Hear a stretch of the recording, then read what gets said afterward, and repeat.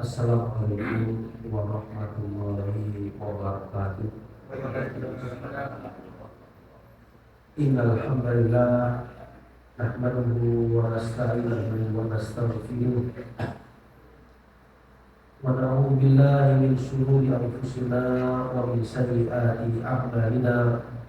Man yahdihillahu fala mudilla lahu wa man yudlil fala hadiya lahu.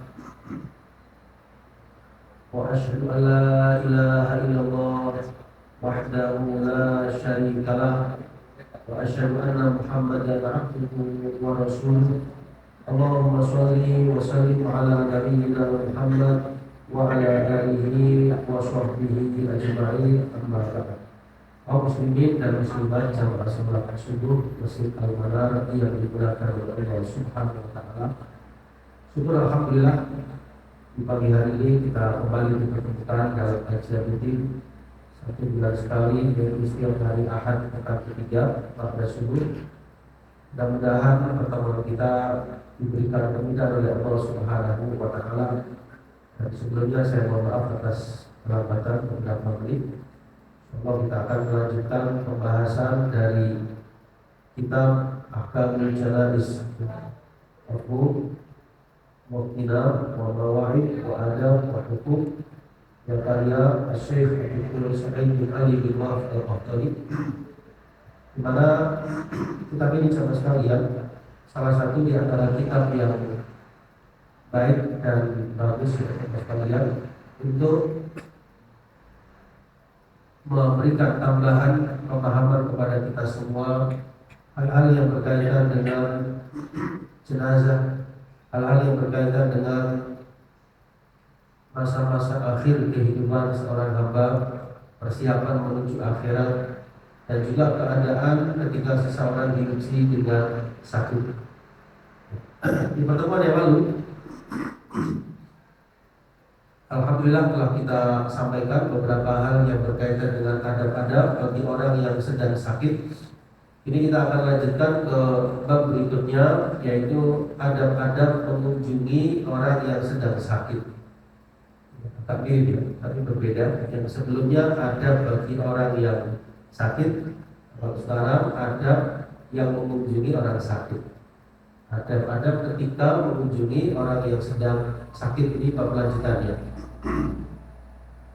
Nah, orang yang mengunjungi orang yang sedang sakit itu ada beberapa adab-adabnya. Artinya ketika kita mengunjungi saudara kita yang diuji dengan sakit, itu apa yang mesti kita lakukan? Ini maksudnya sama sekali. Ini kita bukakan ya kitabnya, di halaman yang ke-136 disebutkan oleh beliau ada ziyaratil marid katsira. Jadi adab-adab menziarahi, mengunjungi orang yang sedang sakit itu banyak. Di antaranya yang pertama, ziyaratul marid haqqun ala akhihil muslim. Jadi yang pertama, bahwasanya mengunjungi saudara kita yang sedang sakit itu merupakan sebuah hal yang mesti ditunaikan.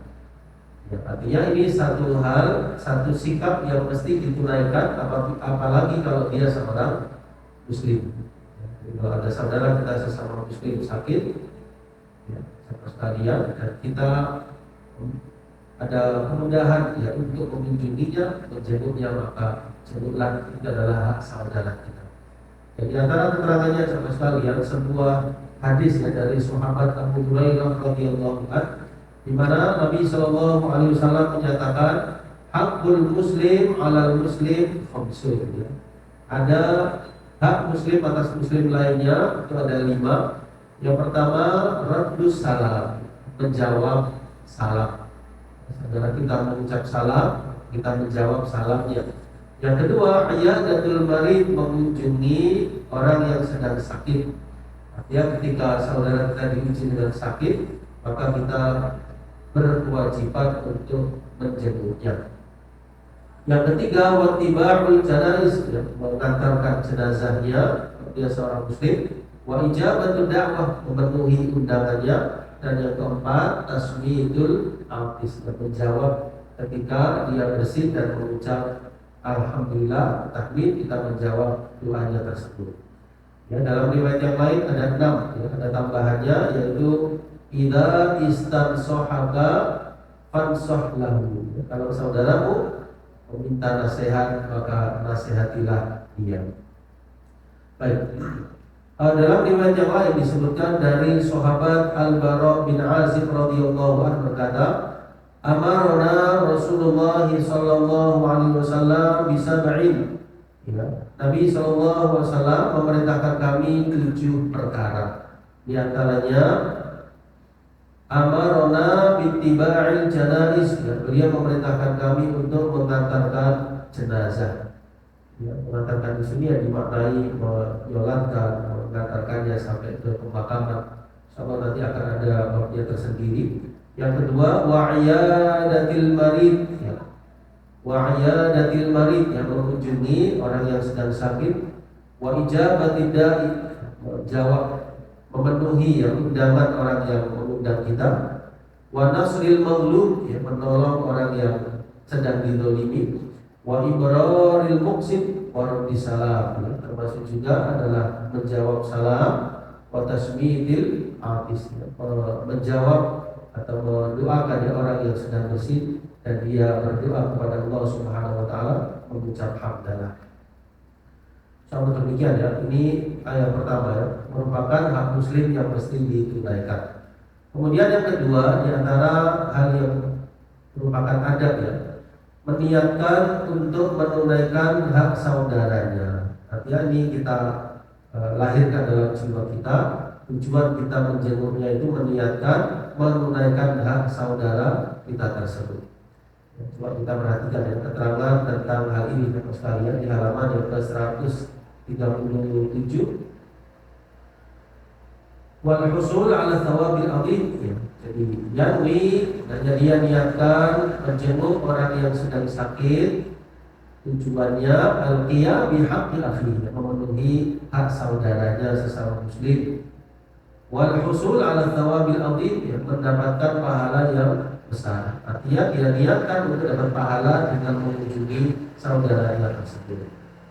Ya, ada sebuah riwayat ya, dari sahabat Thauban ya, radhiyallahu anhu, di mana beliau mengatakan, qala Rasulullah sallallahu alaihi wasallam, aidil maridi fi makhrafatil jannata, saya ulangi, fi makhrafatil jannati hatta yarji'a.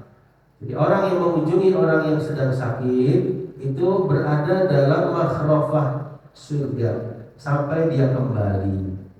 Ya. Lalu sahabat tanya, apa itu makhrafah surga ya Rasulullah? Maka beliau menjawab, janaha. Ya, janaha itu saya lihat di tafsiran para ulama, maksudnya adalah dia dalam kondisi memetik buah-buah surga selama dia duduk mengunjungi orang yang sedang sakit tersebut sampai pulangnya. Selama dia mengunjungi, akan dia di kebun-kebun surga memetik buah-buahnya. Jadi fadilah yang luar biasa. Bagaimana dia bisa memetik kalau dia tidak di dalamnya? Akan ini adalah merupakan apa? Support ya bagi orang yang menjenguk orang yang sedang sakit, bahwasanya dia sedang berada di dalam taman-taman surga memetik buah-buahnya. Ya, hadis ini kalau kita perhatikan ya di filter sama sekalian riwayat Imam Muslim, ya riwayat Imam Muslim bab albir wasilah, ya pada bab perbuatan kebajikan dan menyambung silaturahim, ya pada subbab keutamaan menjenguk orang yang sedang sakit, yang nomor hadis 2568. Baik. Kita niatkan seperti itu. Ya, kita niatkan mendapatkan fadilah di sisi Allah dan menunaikan hak saudara kita. Kemudian ada hadis yang lain ya di sini, hadis yang cukup panjang di sini, hadis yang indah ya dari Nabi Shallallahu Alaihi Wasallam. Beliau menyatakan, Inna Allah Azza wa Jalla yaqulu yaumal qiyamah, ya, bahwasanya Allah berfirman kelak di akhirat. Ya bani Adam maritu falam ta'udni, ya, wahai anak Adam, aku sakit, kenapa engkau tidak menjengukku? Namun engkau yang menjengukku. Maka hamba itu mengatakan, ya Tuhan, ya Rabb, kaifa a'uduka? Bagaimana aku menjengukmu ya Allah? padahal engkau adalah Tuhan semesta alam. Maka Allah berfirman, tidakkah engkau mengetahui bahwasanya hamba fulan, ya, dia sakit, falam ta'udhu, tapi engkau tidak menjenguknya. Ama alimta, tidakkah engkau mengetahui bahwasanya seandainya engkau menjenguknya, lawajat tadi indahu, engkau akan mendapatiku di sisinya. Ya, tidakkah engkau tahu kalau engkau menjenguknya, engkau mendapati apa? Keridhaan Muhammad itu di sisinya. Artinya dalam jengukanmu kepada saudaraku tersebut. Lalu Allah bertanya, wahai anak Adam, istat'amtuka falam tut'imni.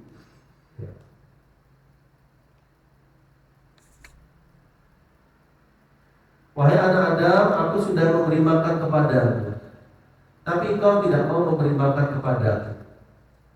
Maka hamba itu mengatakan, ya Rabb, bagaimana aku memberi makan kepadamu sedangkan engkau Tuhan semesta alam.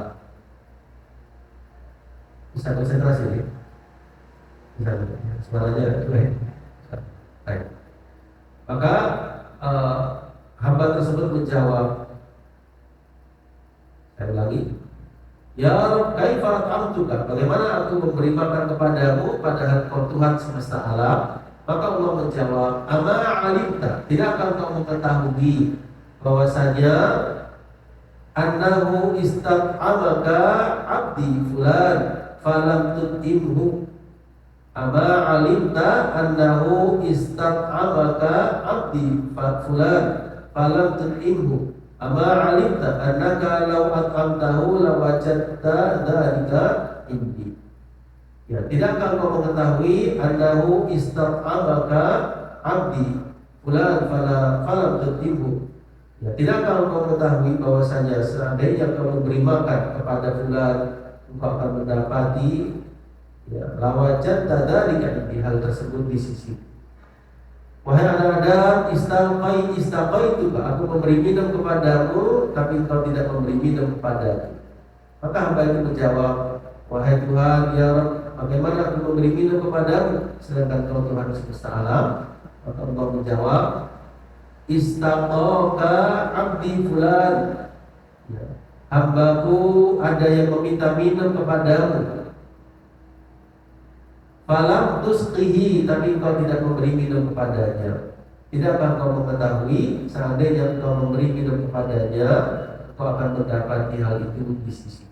Maksudnya ada orang yang dulunya di dunia ya, sakit atau tidak menjenguknya. Ada orang yang dulunya butuh makanan, butuh minuman kepadamu, engkau nggak mau ngasih. Padahal itu semua seandainya engkau memberikan, engkau mendapatkan ya keridhaan dan rahmatku dalam perbuatan tersebut. Ini maksud sederhana dari hadis tadi, Bapak sekalian, dan hadis ini kalau kita perhatikan riwayat Imam Muslim. Ya. Nah, berarti apa Bapak sekalian? Berarti di sini merupakan ya sesuatu yang mesti ditunaikan. Karena nanti akan ditanyakan oleh Allah kalau di akhirat, kalau seandainya hamba itu tidak menjenguk saudaranya yang sedang sakit. Ya, di sini tidak disebutkan nama, tapi Allah berfirman, tidak akan mau mengetahui. Tidak kau mengetahui ya, seperti itu. Nah, baik.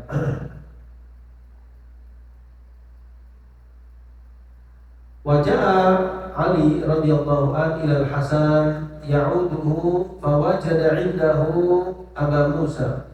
Faqala Ali radhiyallahu an, a'aidan jitta am za'iran? Qala bal 'aidan. Faqala Ali sami'tu Rasulullah sallallahu alaihi wasallam yaqul. Jadi satu ketika Ali radhiyallahu an pernah mengunjungi Al Hasan. Sama Al Hasan yang dimaksud ya putra beliau sendiri. Ya.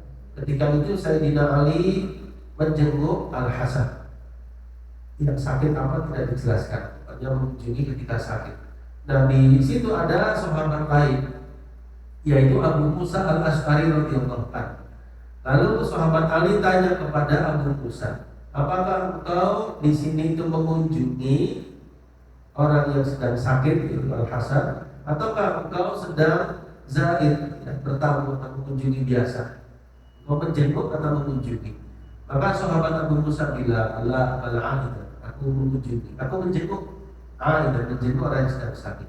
Maka Ali pun memberikan kabar gembira bahwasanya Nabi Shallallahu Alaihi Wasallam menyatakan tidak ada seorang Muslim yang dia menjenguk seorang Muslim di waktu pagi hari kecuali akan bersolawat atasnya 70.000 malaikat sampai sore hari. Untuk siapa? Untuk yang menjenguk tadi. Yang menjenguk tadi. Wa in adahu asiyatan, kalau dia mengunjungi di waktu sore hari menjenguknya, kecuali akan bersolawat atasnya 70.000 malaikat sampai pagi harinya, keesokan harinya. Wa kana lahu kharifil jannah, dan baginya kharif di dalam surga. Jadi juga sebuah fadilah ya, keutamaan. Siapa di antara kita yang tidak ingin didoakan oleh para malaikat, malaikat bersolawat, insya yang dimaksud adalah memohonkan ampunan ya bagi hamba tersebut kepada Allah Subhanahu wa Ta'ala. Baik. Dalam riwayat Imam Ibnu Majah, barang siapa yang dia datang kepada saudaranya sesama Muslim, dia mengunjungi, menjenguknya, masa fi khirafatil jannah, maka dia berjalan ya di dalam khirafah surga sampai dia duduk. Alam yang dimaksud khilafah yang saya tahu insyaallah kebun surga sampai dia duduk. Faida jalasa ghamarathu rahmah, ketika dia duduk itu ghamarathu rahmah, ya, rahmah itu menyiraminya, yang menuruниnya, menyiraminya. Ya, seakan-akan hujan itu menyirami bumi, di sini rahmat bahasa yang pas itu datang kepadanya sama sekalian. Fa'in kana hudwatan shalla alaihi sab'una alfa malak. Kalau di waktu pagi hari bersolawat atasnya 70.000 malaikat sampai sore hari, dan kalau di sore hari maksudnya dia menjenguknya, shalla alaihi sab'una alfa malak hatta yusbi. Bersolawat atasnya 70.000 malaikat sampai pagi harinya. Ini juga menguatkan ya riwayat yang Ali radhiyallahu anhu. Baik. Kemudian yang terakhir di sini riwayat yang berkaitan dengan poin yang kedua, sabda Nabi sallallahu alaihi wasallam, "Man 'ada maridan nada munadi minas sama, tibta wa tawba mamsa wa tabawwa'ta minal jannati manzila." Ya, kalau ada orang mengunjungi orang yang sedang sakit, maka ada malaikat yang berseru dari langit, "Tibta, ya, engkau telah berbuat baik, wa tawba mamsa, langkahmu baik, wa tabawwa'ta minal jannati manzila, engkau telah mendapatkan engkau telah melangkahi atau mendapatkan di surga tempat atau manzilah." Kama qala sallallahu alaihi wasallam. Ya, ini semua dijelaskan ya, riwayat-riwayat yang di bagian footnote. Ini diriwayatkan oleh Imam Ibnu Majah, dihasankan oleh Syekh Albani rahimahullah taala. Sama demikian ya, ini yang kedua. Kemudian yang ketiga sama sekalian, karena kita di poinnya, yang ketiga di antara adabnya mendoakan, ya, mendoakan kesembuhan. Ya, dia dalam kondisi diuji sakit, dia sama sekalian, apapun bentuk sakitnya, maka adabnya yang mengunjungi mendoakan, ya, mendoakan supaya lekas sembuh, ya, mendoakan supaya saudaranya tersebut lekas diberikan kesembuhan. Nah, di antara doa yang bisa dibaca yaitu doa ini sama sekalian, As'alullahal azim Rabbal arsyil azim an yasfiyaka, 7 kali. As'alullahal azim, aku mohon kepada Allah yang maha besar, yang maha agung, Tuhannya, Rabbnya arsy yang agung, supaya dia memberi kesembuhan kepadamu. As'alullahal azim Rabbal arsyil azim an yasfiyak. As'alullahal azim Rabbal arsyil azim an yasfiyak. As'alullahal azim Rabbal arsyil azim an yasfiyak. As'alullahal azim Rabbal arsyil azim an yasfiyak. As'alullahal azim Rabbal arsyil azim an yasfiyak. Nah, kalau orang membaca seperti itu 7 kali, illa afahullahu min dalikal marad, insyaallah Allah Subhanahu wa taala berikan kesembuhan orang tersebut dari sakitnya dengan izin Allah Subhanahu wa taala. Ya, ini doa yang baik sekali ya untuk kita hafalkan atau bisa juga kita persiapkan ya sebelum mengunjungi orang yang sedang sakit. Kita tahu adabnya, kita hafalkan sebelum berangkat ke tempat orang yang sedang sakit tersebut, baik di rumah sakit maupun di rumahnya. Kita hafalkan atau bisa juga kita membawa buku ya, atau tulisan bertuliskan doa ini. Baik. Ini riwayat yang pertama ya, lafaz doanya. Asallallahu Rabbal Arsyil Azim an yashfiyah. Nah, 7 kali. Baik, riwayat yang kedua yaitu pernah Nabi Shallallahu Alaihi Wasallam mengunjungi sahabat Sa'ad bin Abi Waqqas radhiyallahu anhu, lalu beliau berdoa ketika mengunjungi Sa'ad yang sedang sakit, Allahumma shfi Sa'ad, Allahumma shfi Sa'ad, Allahumma shfi Sa'ad. Ya Allah, berilah kesembuhan untuk Sa'ad. Ya Allah, berilah kesembuhan untuk sahabat Sa'ad. Ya Allah, berilah kesembuhan untuk sahabat Sa'ad. Ini lebih singkat ya. Ya Allah, berilah kesembuhan untuk fulan. Ya Allah, berilah kesembuhan untuk saudaraku ini. Jadi lafadznya Allahumma shfi lalu namanya. Nah, bagaimana kalau bahasa Indonesia? Ya boleh. Sifat kita itu luas ya, boleh berbahasa Arab, boleh berbahasa Indonesia. Kalau kita ingat doa Arabnya lebih baik lagi. Nah, ketika itu Nabi Sallallahu Alaihi Wasallam wa doa yadahu ala jabhatihi, ya, beliau meletakkan tangan beliau yang mulia pada dahinya saat sedang sakit tadi. Tsumma masaha biyadihi ala sadrihi, lalu mengusap pada dadanya saat, lalu wabak di perutnya. Lalu berdoa seperti tadi, Allahumma shfi Sa'dan, Allahumma shfi Sa'dan, Allahumma shfi Sa'dan. Jadi ada 7 kali coba sekalian. Ya, beliau meletakkan pada bagian apa? Dahi, kemudian dada, kemudian perut. Ini kalau memungkinkan ya.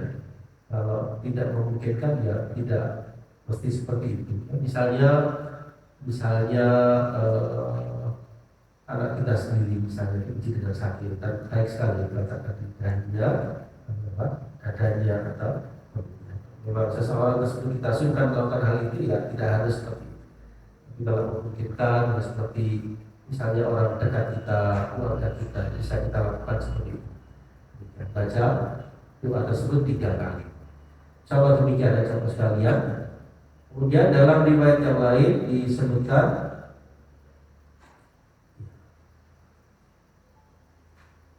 doa yang lain, la ba'sa tahurun insyaallah. Mungkin sering kita dengar ya, la ba'sa tahurun insyaallah. Pada kata selanjutnya, tidak mengapa, semoga menjadi kesembuhan dengan izin Allah. La ba'sa, ya maksudnya tidak usah bersedih, wahai saudaraku. Tahurun insyaallah, insyaallah menjadi apa? Pencuci dosa. La ba'sa tahurun insyaallah. Ya menghibur bagi orang yang sedang sakit. Ya mungkin bisa kita tambahkan ya,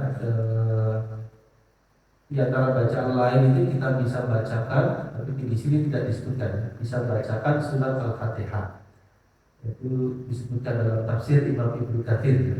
Dalam tafsir Imam Ibnu Katsir ada orang yang sakit ya, ketika itu dibacakan oleh sahabat surat apa? Fatihah. Ada kabilah, pemimpin kabilah yang sakit kemana-mana berobat dan sembuh-sembuh, lalu didoakan, dibacakan Fatihah, subhanallah sembuh. Ya, subhanallah. Sehingga surat Fatihah itu juga disebut surat Ruqyah.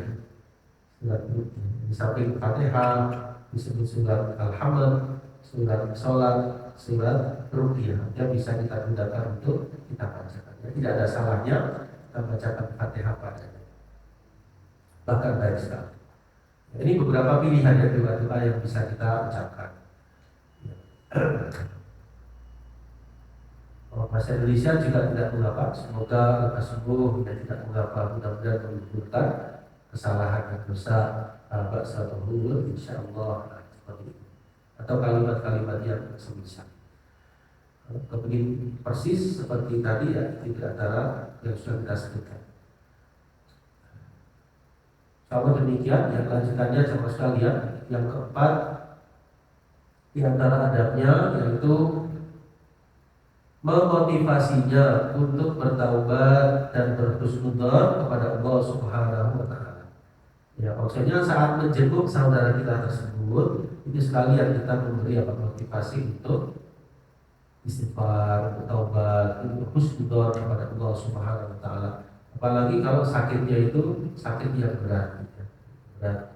Ya, semoga ya diberikan kesembuhan, kemudian kita motivasi untuk apa? Istighfar, bertaubat, husnudzon kepada Allah Subhanahu wa taala. Ya. Karena kondisi orang yang sakit itu perlu perlu dikuatkan, perlu dikuatkan jiwanya. Orang kalau sakit dikunjungi itu senang atau tidak? Senang sekali. Karena kondisinya sakit di bawah. Ada orang sakit itu, ada orang jenguk seakan-akan mengangkat jiwa. Apalagi kata sehat, kata-kata yang baik, menghibur, luar biasa. Pasti setiap kita merasakan itu saat kita diuji sakit, ada yang jenguk, senang sekali. Beda halnya kalau kondisi senang, kondisi susah, kondisi sakit, ya pasti ada yang ngomong gitu, terus diberikan kata-kata yang baik. Baik, disebutkan di sini hendaknya mengingatkannya untuk taubat, husnudzon kepada Allah, berbaik sangka, kemudian mengingatkannya untuk wasiat. Ya, wasiat itu ya disebutkan jamaah sekalian di sini. Ada hadis sahih ya, bagaimana ketika sakit Nabi Sallallahu Alaihi Wasallam itu menjenguknya, kemudian Nabi bertanya, ya, Sallallahu Alaihi Wasallam, awasoita, apakah engkau sudah berwasiat? Ya, maksudnya dari hartamu. Maka sahabat-sahabat mengatakan iya. Nabi bertanya, bika berapa? Lalu sahabat-sahabat mengatakan, dimali kullihi fi sabilillah, seluruh harta beliau ya Rasul untuk bicara Allah. Ya, maksudnya harta beliau mau tak infakkan semua. Ini sakit keras ya, dia saat itu lepas dan menyiapkan dirinya akan mati. Tak infakkan semua. Lalu Nabi bertanya, "Fama tarakta li waladika?" Apa yang kau tinggalkan untuk anakmu, keluargamu? Kalau infakkan semua, keluargamu nanti dapat apa? Maka saat menjawab, hum aghniya bi khair, ya seluruh keluargaku kaya. Keluargaku aghniya kaya. Maka beliau pun bersabda, usi bil asr. Usi bil asr. Atau ausi bil asr. Wasiatkan saja 1/10. Saya ulangi, ausi bil asr ya. Wasiatkan 1/10 saja, jangan semuanya dari hartamu. Harta berapa? 1/10 saja yang kau infakkan. Ya maksudnya beliau supaya sebagian besarnya untuk keluargamu, supaya dapat warisan ya sama sekali. Maksudnya itu kalau kau wafat, kau kan menopang hidup. Nanti anak-anakmu siapa yang memberikan apa? Ayo memberikan ya menopang untuk rezeki mereka. Ya. Paling tidak tinggalkan itu warisan untuk keluargamu, jangan semuanya diinfakkan. 1/10 saja. Lalu famazil kemudian kisu saat mengurangi lagi berusaha untuk menawar kepada Nabi Sallallahu Alaihi Wasallam supaya diperbanyak lagi untuk dia infakkan sampai pada akhirnya yaitu fulus itu sepertiga. Maksudnya sepertiga untuk diinfakkan, diwasiatkan, diberi wasiat selain ahli waris, yang 2/3 ahli waris. Nah, kalau sarannya Ibnu Abbas itu 1/4, lebih kecil lagi 1/4. Supaya ahli waris lebih banyak dapatnya. Kenapa jamaah sekalian ya? Maksudnya itu supaya ahli waris itu mendapatkan kecukupan. Waktu nanti ditinggal wafat, mereka kurang, nanti mereka justru membutuhkan kepada orang lain. Ya, dicukupi dengan warisan yang ada. Silahkan kalau mau wasiat maksimalnya 1/3. Waktu itu kafirnya 1/3 itu saja sudah banyak. Nah ketika itu Sa'ad bin Abi Waqqas anaknya anak tunggal perempuan 1. Sakitnya sangat keras. Jadi sangat tidak heran berwasiat seperti itu karena memang yang ditinggal hanya 1 anak. Nah subhanallah saat radhiyallahu an setelah sakit keras itu sembuh dan sekarang sampai Nabi wafat saat masih hidup. Sampai tadi anaknya 1 jamaah sekalian, Allah beri turunan lagi. Anaknya 2, 3, 4 sampai 17. Nah, kan itu jadi berapa? 17 sampai memimpin dalam perang kondisinya. Jadi kita nggak tahu rahasia umur. Kadang-kadang orang sakit begitu berat, ya ternyata masih memberi kesembuhan. Ya, itulah nggak tahu umur gitu. Ya, nggak nyangka saatnya. Jadi asalnya sudah berwasiat seperti itu dan sudah berpikir ajalnya dekat, ternyata masih panjang ajalnya. Insya Allah. Insya Allah demikian ya saudara sekalian. Nah di sini di bagian akhir ada wasiat ya. Pesan Nabi SAW. Saya ulangi, pesan Ibnu Umar radhiyallahu anhu. Tidaklah seseorang itu, ini seperti yang terambil dari sabda Nabi SAW, tidaklah seseorang muslim yang punya sesuatu untuk dia wasiatkan, lalu dia bermalam 2 malam, kecuali wasiat itu hendaknya tertulis di sisinya. Ya, jadi kalau jamaah sekalian ada wasiat-wasiat, terutama masalah harta, itu sangat baik kita tuliskan. Ya, misalnya saya ada tanggungan kepada seseorang, nah itu kalau bisa saya tulis ya, di kertas ini sama sekalian. Atau orang punya tanggungan pada saya tulis. Nah, itu baik sekali. Jaga-jaga kalau pas saya meninggal, itu istri paling tidak keluarga yang tahu yang saya wasiatkan. Karena kadang-kadang itu kalau nggak diberitahu, kalau kita qadarullah dipanggil oleh Allah Subhanahu Wa Taala, nanti keluarga kita nggak tahu apa yang mesti menjadi hak dan kewajiban kita. Mungkin ada kewajiban kita membayar hutang pada orang, atau sebaliknya orang punya hutang pada kita. Kalau kita nggak beritahu, nggak tahu keluarga kita. Ya, atau hal-hal lain ya, terutama masalah harta dituliskan, itu jaga-jaga. Baik ketika safar maupun tidak safar dituliskan. Wasiat ini penting sekali. Ya, semenjak itu Ibnu Umar nggak pernah ya berlalu 2 malam kecuali beliau tidak ada wasiat di sampingnya. Ya, mungkin kita taruh di lemari kamar kita misalnya. Ya, seandainya terjadi apa-apa, di situ keluarga kita bisa merujuk ya, terutama istri kita sendiri. Hal-hal yang berkaitan dengan harta. Demikian ya. Kemudian kalau kita sedikit yang berikutnya, salah tekan. Yang berikutnya jemaah sekalian, yaitu kalau dia seorang yang di luar Islam, ya, seorang yang kafir atau non muslim, maka sekalian ya, kalau bisa kita ajak dia untuk masuk Islam. Ya, maksudnya kita kunjungi dia bukan muslim, karena tidak apa-apa boleh. Nah, siapa tahu? Kenapa? Dipolisikan, gitu ya. Kalau apa itu apa? Ngajak orang beragama lain juga. Tidak, ini apa? Kondisi di budaya kita. Gitu ya. Ya. Menjadi masalah ini. Ya. Kalau memungkinkan ya, karena pernah terjadi Nabi SAW itu mengunjungi orang Yahudi yang sakit sekali. Orang Yahudi. Sama Nabi SAW diajak. Nah dia terima atau enggak itu pilihannya, ditawarkan. Nah, lalu orang itu, anak muda itu ragu-ragu. Dia melihat ke ayahnya menyetujui. Ya, taatilah Nabi. Maka pemuda itu masuk Islam. Jadi ini hukumnya boleh ya. Dari sisi hukum boleh kita mengunjungi misalnya tetangga kita atau kawan kita yang non muslim, kita sekedar mengunjungi tidak apa-apa. Ya, kalau untuk jenazah dan yang lainnya ya tidak usah kan. Biasanya ada ritual khusus ini. Kalau jenguk saja tidak apa-apa. Ya, mendoakan boleh apa enggak? Ya, tidak apa-apa. Semoga lekas sembuh. Ya, yang menunjukkan akhlakul karimah kita kepadanya. Ya, kalau usah dibacakan yang Arabik tadi, ya, cukup bahasa Indonesia, semoga lekas sembuh. Ya. Tadi penting sekali ya sahabat sekalian. Dulu waktu orang tua saya itu masih hidup, itu pernah di salah satu rumah sakit, tapi rumah sakit bukan Islam ya, di Malang. Tidak perlu saya sebutkan namanya.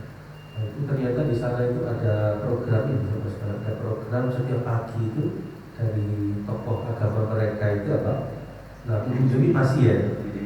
Iya, mengunjungi pasien. Nah, lalu permisi itu lalu berdoa sesuai agamanya. Nah, itu saya perhatikan pengaruhnya kuat sekali bagi saya. Ya, dia tanpa memandang, ya, tanpa memandang pasiennya di agamanya apa enggak. Ya, pastinya di situ ada apa? Ada unsur lain ya, gitu, supaya pasien tersebut tertarik ya terhadap apa yang diyakini oleh tokoh tersebut. Itu programnya. Kalau agama lain saja seperti itu, kita pun penting gitu, sekalian. Ya, misalnya di rumah sakit kita sendiri, di rumah sakit Islam atau apa, kita keliling. Meskipun dia bukan siapa, keluarga kita, orang lain. Ini mungkin yang berwenang ya, dari tokoh agama atau apa, bagus sekali atau seperti itu. Mensupport yang berdoakan tanpa memandang orangnya siapa, tanpa memandang ini agamanya. Ini yang pernah kami alami ya sekalian. Ini pengaruhnya besar, ya, pengaruhnya besar karena dia di posisi down ya, di posisi sakit ya, dikunjungi. Maka di sini dia akan apa? Terenyuh hatinya. Nah, kalau melihat dia seorang non-muslim maka diajak untuk masuk Islam. Ya. Coba kita perhatikan dalam nas dalam hal ini. Ini yang tadi pemuda tersebut. Nah, setelah keluar dari rumah pemuda Yahudi tadi yang masuk Islam, beliau mengucapkan Alhamdulillah alladzi anqadhahu minan nar. Segala puji bagi Allah yang telah menyelamatkan pemuda tersebut dari api neraka dengan perantaraan masuk Islam itu. Nah, kemudian kisah yang kedua, kisah bagaimana Abu Thalib ketika sakit, ya, Nabi SAW menyerunya untuk mengucap la ilaha illallah. Tapi sayang sekali Abu Thalib ya, belum mengucapkannya sampai wafat tidak di atas kalimat tersebut. Nah, yang keenam sahabat sekalian, yang keenam disebutkan di antara adabnya yaitu menjelaskan tentang keutamaan ujian berupa sakit. Ya, menjelaskan tentang keutamaan ujian berupa sakit. Yang disampaikan, ya, insya Allah mudah-mudahan dapat pahala, mudah-mudahan bisa menggugurkan kesalahan dan dosa, semoga bisa menambah kebaikan dan dihibur seperti itu.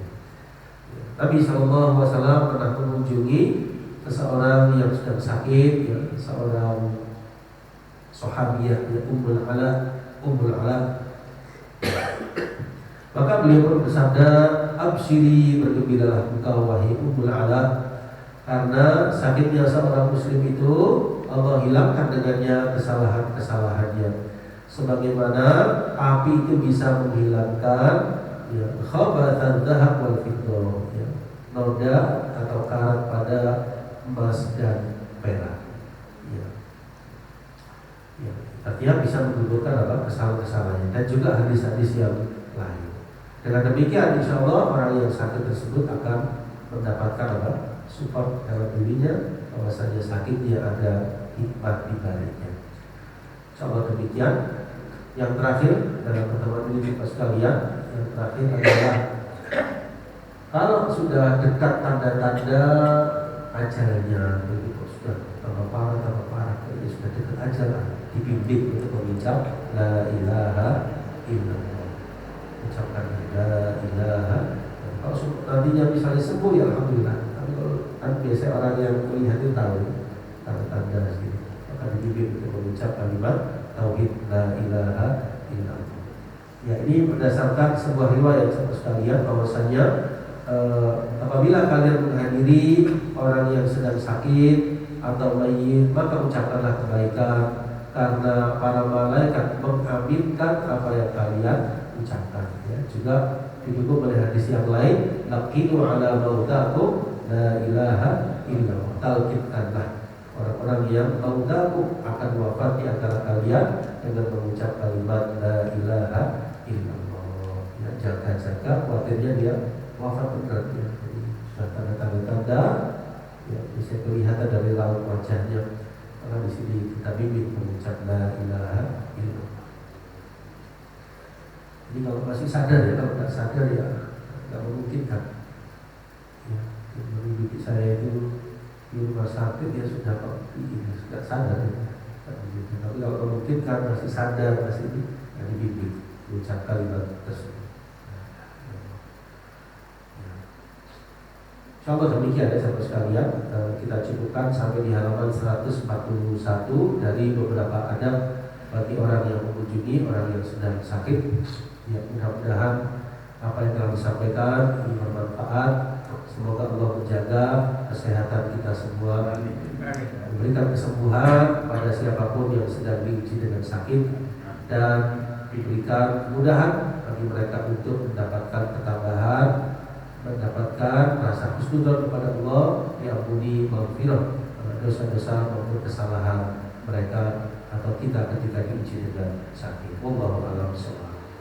Baik, sebelum saya akhiri, barangkali ada yang kurang jelas dari uraian tadi sekalian.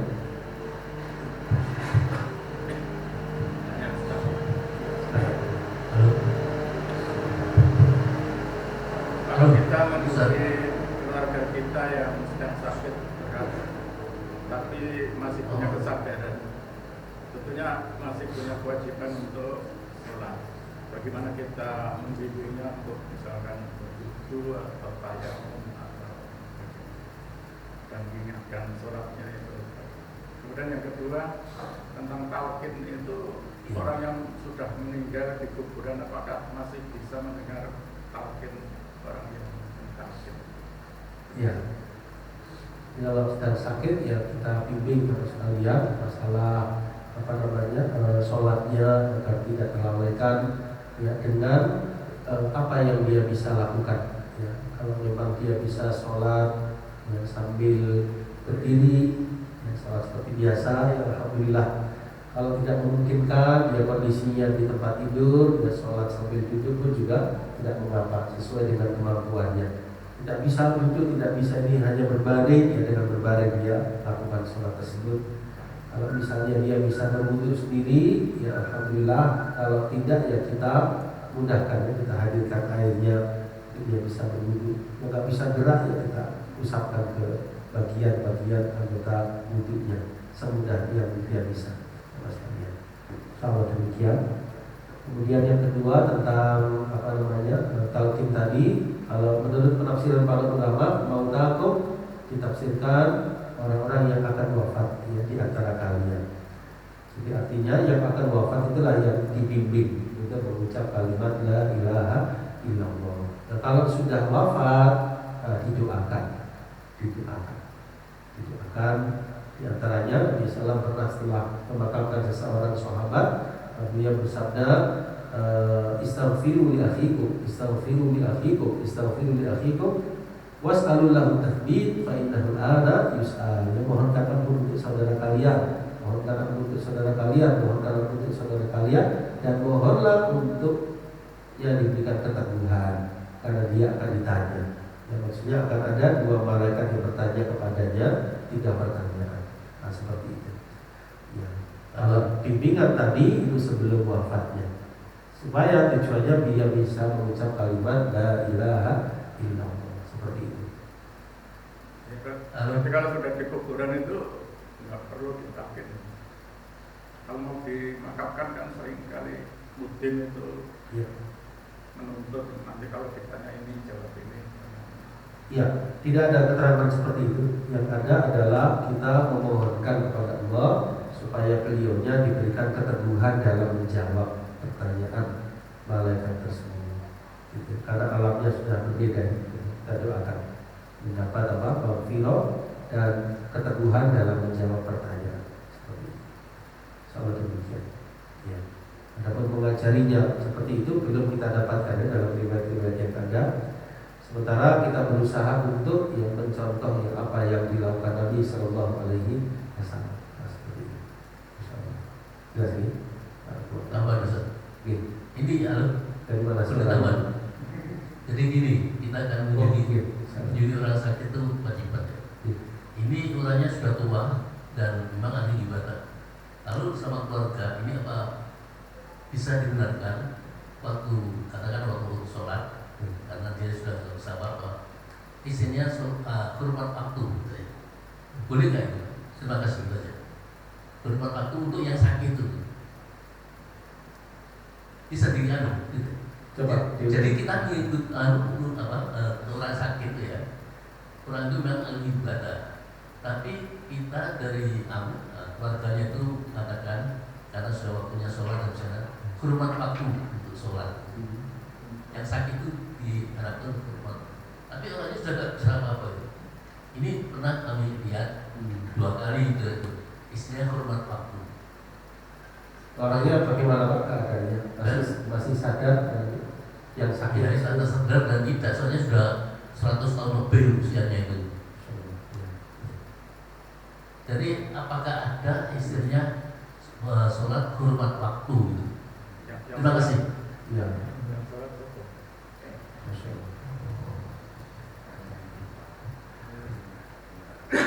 Allahu a'lam bishawab, saya belum berani menjawab tentang hal ini ya.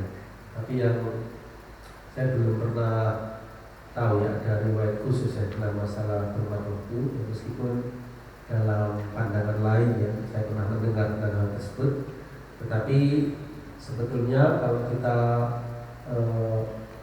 sholat sama sekali ya, tentu kita melakukan wudhu terlebih dahulu dan kita sholat sesuai dengan waktu dari masing-masingnya. Seperti itu. Kalau memang dia dalam kondisi yang tidak sadarkan ya, antara sadar dan tidak, bisa kita siasati menunggu saat dia sadar. Ya, saat dia sadar, maka di situ kita membimbingnya untuk melakukan ibadah sholat tersebut. Jadi yang meminta itu istilahnya yang mengunjungi itu. Jadi hormat waktu istilahnya. Jadi yang diharapkan. Ini pernah kami mengunjungi seseorang yang sakit 2 kali pernah kami lihat itu. Istilahnya hormat waktu untuk mereka yang sakit. Yang sakit itu apa? Saya nggak ngerti istilahnya ya. Hormat waktu untuk yang sakit yang sakit biar. Soalnya kan keharusan untuk sholat itu. Terima kasih. Pandangan kami Pak Allahu a'lam bishawab, yang melakukan itu yang bersangkutan. Yang melakukan yang bersangkutan, jadi bukan yang mengunjungi. Yang mengunjungi sudah ada kewajiban sendiri sholatnya dirinya. Yang bersangkutan tersebut dilihat apakah yang bersangkutan dalam hal ini yang sakit tersebut bisa melakukannya atau tidak. Kalau tidak bisa melakukannya, tidak sadar, ya la yukallifullahu nafsan illa wus'aha. Allah tidak membebani seseorang kecuali dengan kadar apa kemampuannya.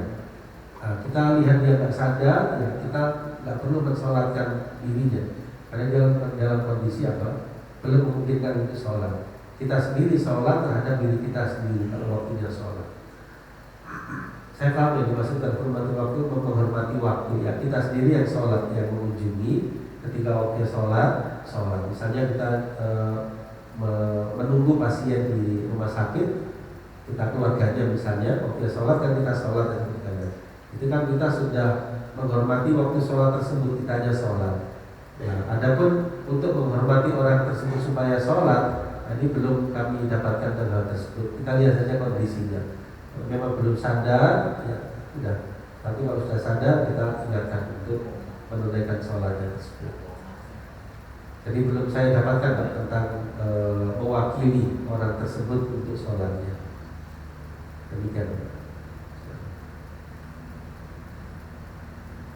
Kan Allah Maha tahu dia dalam kondisi tak sadar, azan misalnya, mestinya kan sholat, ya dia kondisinya seperti itu. Atau kondisi orang yang pingsan misalnya. Kalau orang pingsan misalnya, apakah kita yang sadar mensolatkan orang tersebut kan tidak? Ditunggu sampai apa? Sadar. Ada orang yang memang diuji misalnya tidak sehat akal pikirannya, kan tercampur di situ kewajiban sholat sampai dia sehat akal pikirannya. Orang yang keluarganya kan bukan karena hurmatul waqt terus mensolatkan dia. Karena diangkat merah itu dari 3, salah satunya orang yang ini sampai sehat akal pikiran. Termasuk di sini dalam kondisi ya tidak memungkinkan untuk sholat, maka di sini ya, kita lihat kondisi tersebut Allah tidak membebani sampai dia sadar. Jelas insyaallah.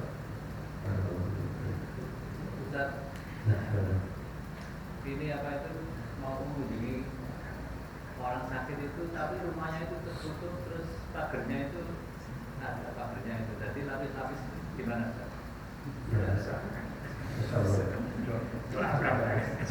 Ada nomor dia.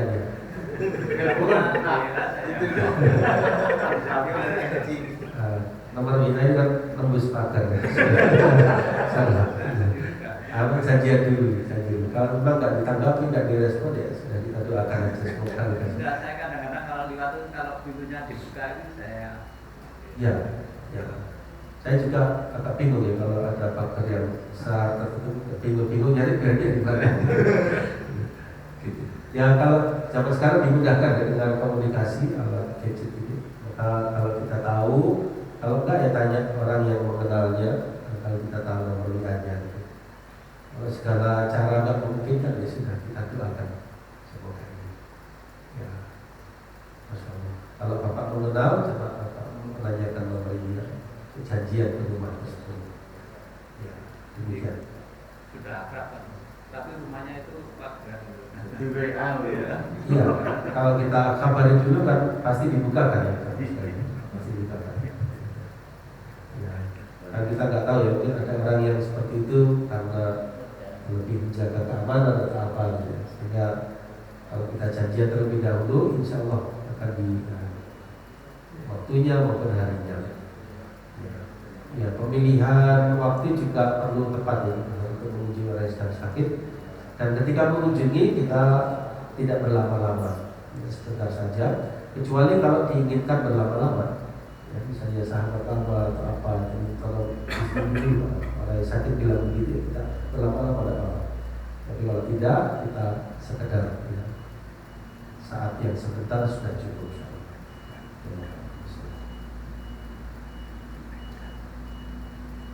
Wallahu a'lam bishawab. Kita cukupkan ya jemaah sekalian. Kurang lebih yang saya mohon maaf. Akhirul kalam, billahi taufiq wal hidayah.